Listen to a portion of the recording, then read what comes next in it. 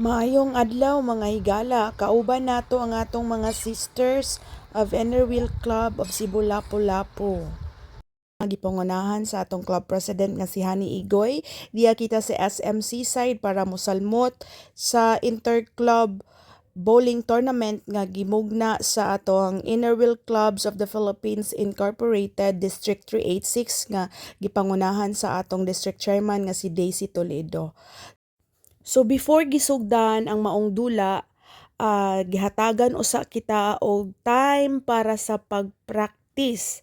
Labi na kay aduna tay mga kaigsuunan, ilabi na ako nga first time gyud walay practice.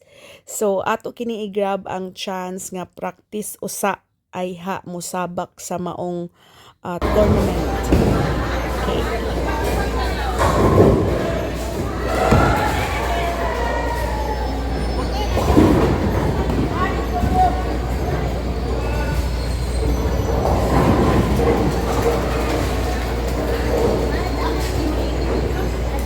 Kauban di usab nato ang Innerwheel Club of Cebu Lapu-Lapu Shining Stars nga gipangunahan sa atong club president nga si Michelle Bacolod.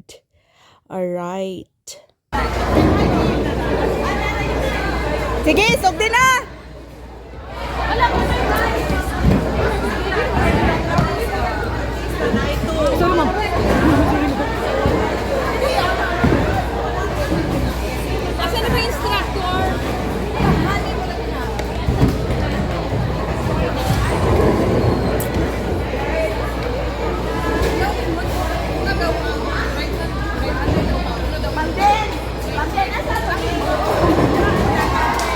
A few moments later.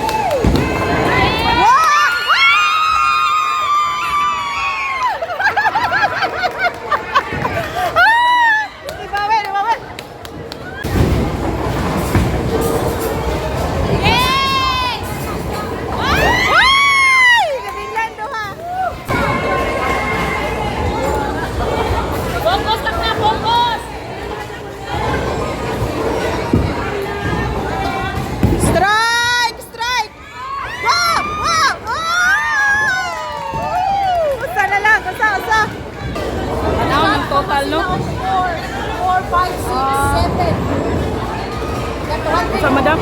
Oh, hapit naman sila. Taas pa ilang kwan ba? Wow, Ate Janet! Wow! Woo!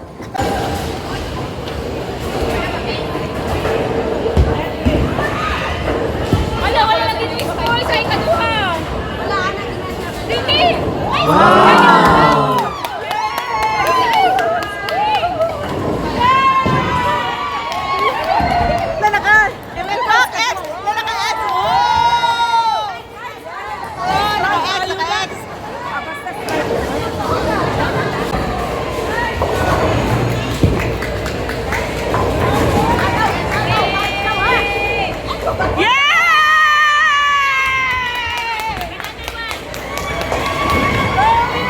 A few moments later. Hasta gayong lingawan nato sa tournament. So bisan tuod wala ta ni champion. So lingaw kaayo og nindot siya nga experience. Ako first time ganahan po ko modula og balik.